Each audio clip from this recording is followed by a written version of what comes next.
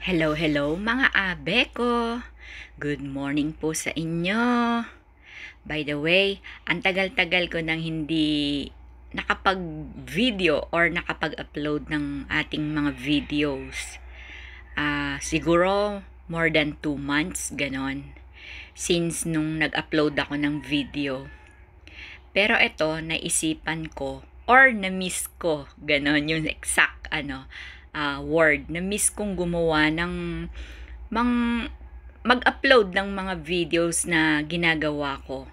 At saka gusto ko ring ma-capture yung every moment ng aking buhay para minsan pag walang magawa na pinapanood yung mga past memories, ganon. 'Di ba? Ang sarap kayang alalahanin yung mga magagandang alalahanin. Wow! Siya nga po pala, I am Tina Likes and Happiness. Welcome po kayo sa aking simple and humble na channel dito sa YouTube. I am the mommy of 3 na nakatira po sa isang baryo ng Pampanga. Actually, matagal na po akong naggagawa ng mga videos. Katulad nung pagdi-DIY namin ng aking partner. Mahilig po kaming gumawa ng kapaki-pakinabang dito sa bahay namin na talaga naman pong ginagamit namin.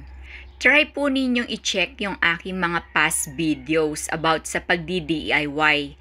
Malay po ninyo, meron kayong kapulutan or magaya dun sa pagdi-DIY namin.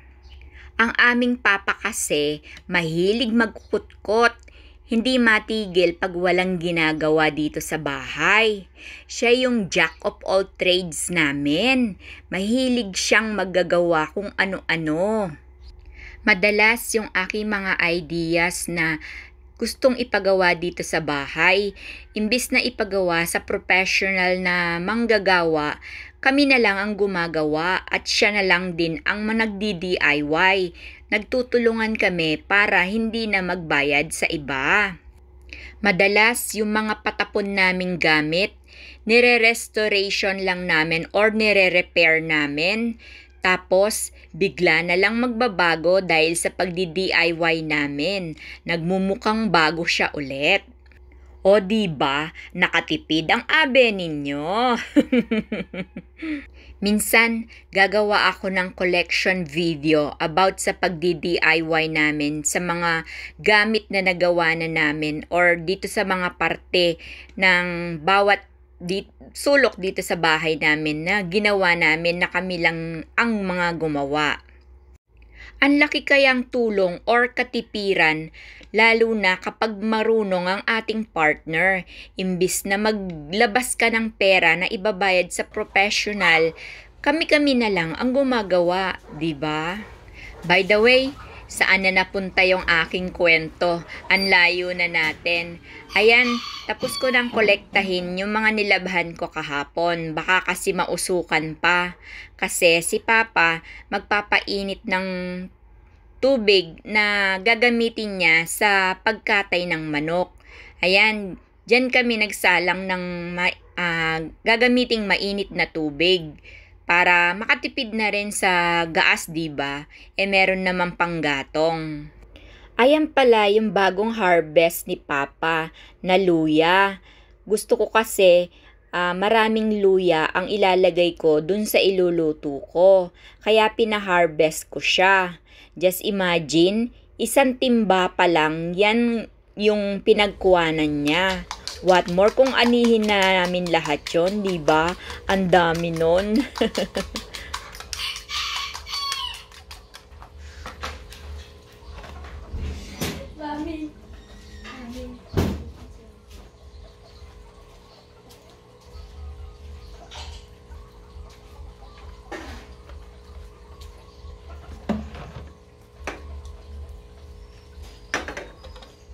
Nakain ka na?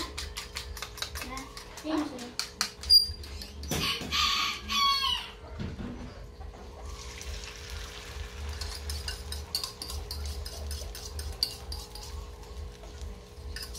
Pengi akong plato, anak.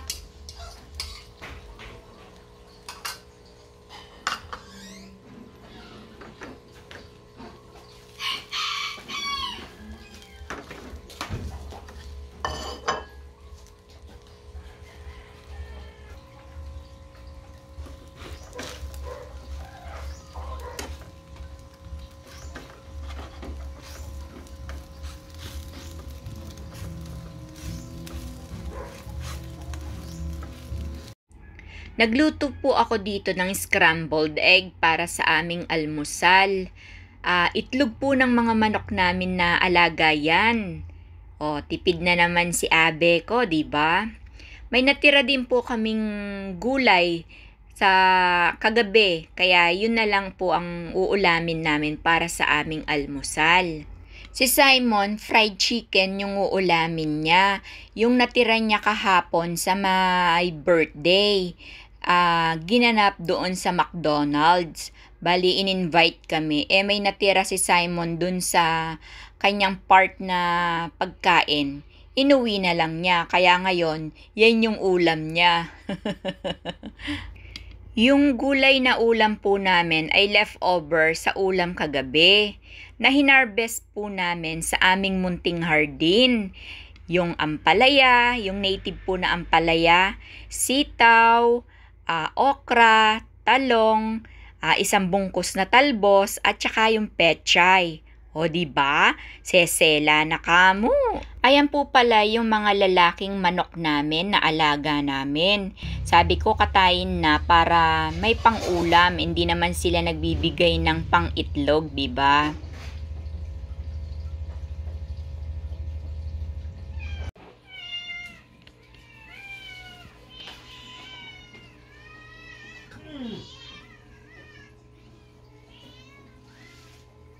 Tapon na talaga sa butang.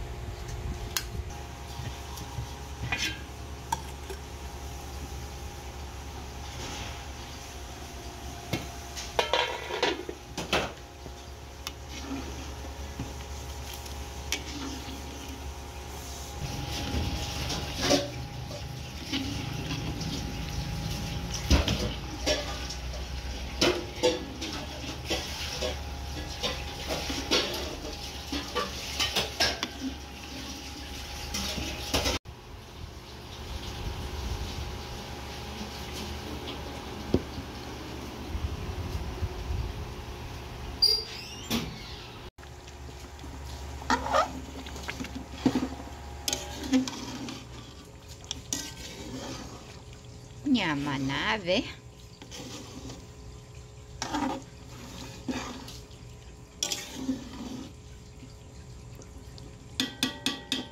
Okay na to.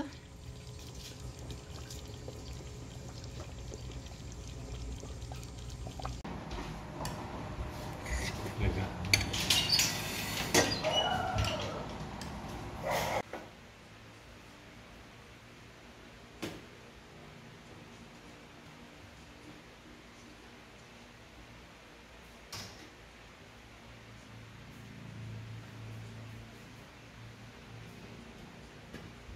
O mga abe ko, sino kayang relate sa akin? Itaas ang paa. Ay, kamay pala. Itaas ang kamay. At iwagayway. Sino ang relate sa akin? Na una kang magigising, bago yung ating pamilya, huli ka ring matutulog or pupunta sa sa kama para matulog. 'Di ba? Tayo 'yon. Tayong mga mami ang matitira. 'Di ba? Talagang siyang tunay. 24/7 ang trabaho ng isang mother, nanay, mamshi, nanay, inang, o ano pa. 24/7 ang trabaho na walang bayad, walang day off. Saan ka pa? Tapos, may nasasabi pa.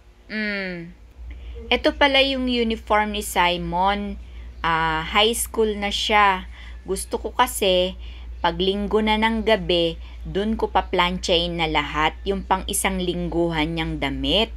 Ayaw ko kasi na kinalunisan ng umaga, dun pa lang ako magpa-plancha or araw-araw magpa-plancha.